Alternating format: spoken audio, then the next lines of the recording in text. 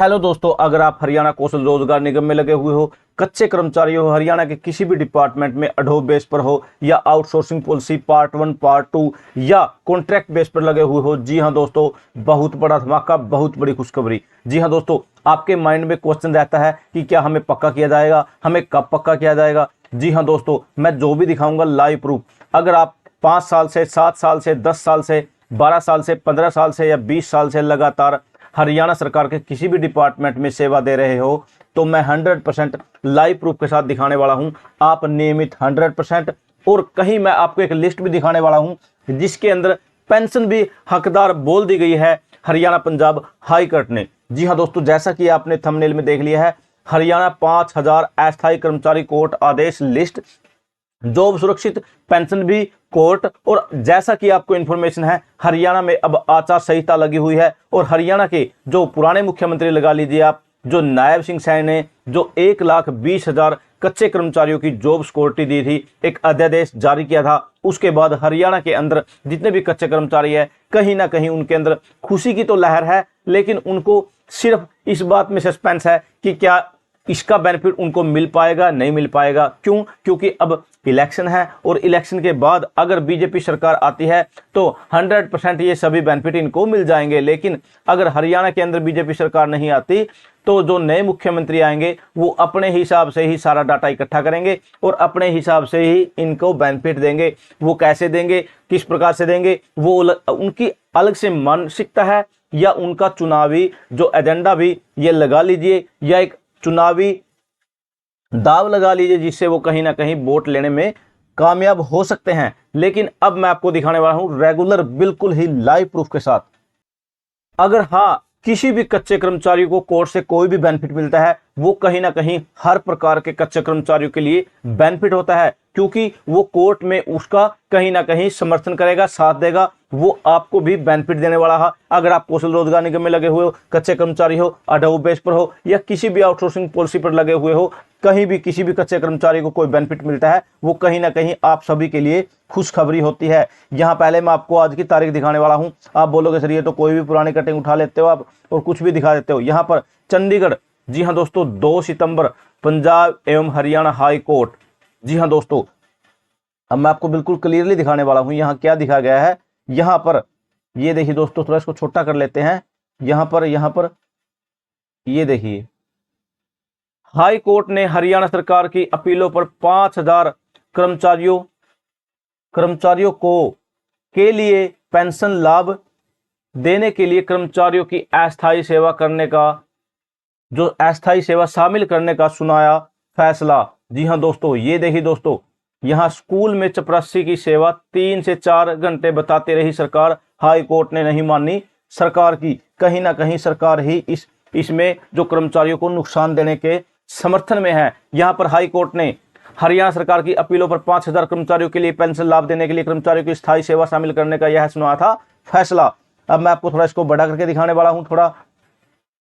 चंडीगढ़, 2 सितंबर पंजाब एवं Haryana high court ने हरियाणा सरकार की लगभग 1 दर्जन अपीलें एक साथ खारिज करते हुए कर्मचारियों को पेंशन लाभ देने के मामले में 26/7/2024 को महत्वपूर्ण फैसला सुनाया था। चीफ जस्टिस सिल नागौर, जस्टिस जगमोहन बंसल की खंडपीठ ने लिखा, रिकॉर्ड से उभरते हुए स्वीकृति स्थिति यह है कि याचिकाकर्ता को 1992 में चपरासी के रूप में नियुक्त किया गया था। उन्होंने 1992 से 2012 तक, यानी 2 दशक में से 20 साल तक शिक्षा विभाग के साथ निर्बोध रूप में कार्य किया। उनकी सेवा 27/12/2012 को नियमित कर दी गई थी। जी हां दोस्तों, 2012 को 92 वाले को नियमित कर दिया। वह 31/10/2015 को सेवानिवृत्त हुए। सरकार नियम खंड के पर जो भरोसा कर रही है, खंड जी के अवलोकन से यह पता चला कि किसी कर्मचारी द्वारा वर्क चार्ज के रूप में प्रदान की गई सेवा को सभी सेवानिवृत्ति लाभों के लिए गिना जाएगा, बशर्ते कि ऐसी सेवा के बाद नियमित किया गया हो, सर्विस के 2 या अधिक चरण में कोई रुकावट न हो, तो रुकावट अक्षमा योग्य सीमा के अंतर्गत आती है।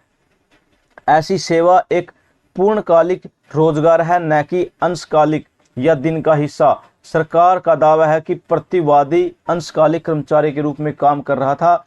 इस प्रकार नियम 3.17 ए उस पर लागू नहीं है। यहाँ पर न ही दलीलों से और न ही अपेक्षित आदेश से यह पता लगाया जा सकता है प्रतिवादी कर्मचारी ने वर्कर चार्ज के रूप में सेवा प्रदान की थी।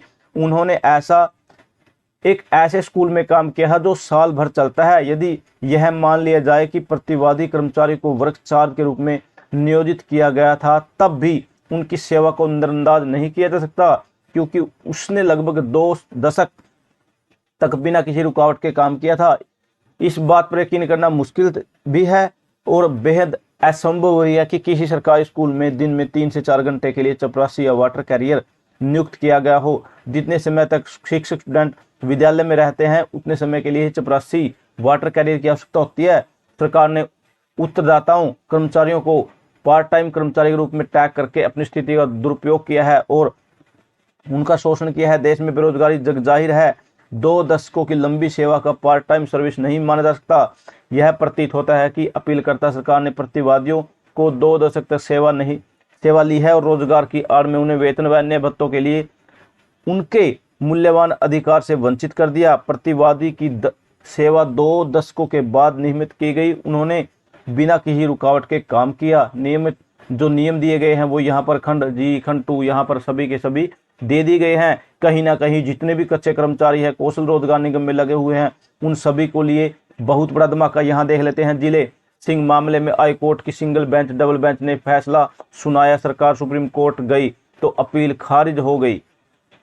यहाँ ये देखिए दोस्तों, लगातार जो सरकार की जितनी भी दलीलें हैं वो सभी वो बिल्कुल भी निरस्त होती जा रही हैं। हाई कोर्ट की खंडपीठ ने फैसले में लिखा, केशर चंद और हरबंस लाल कर्मचारी के मामला पंजाब सरकार से संबंधित थे।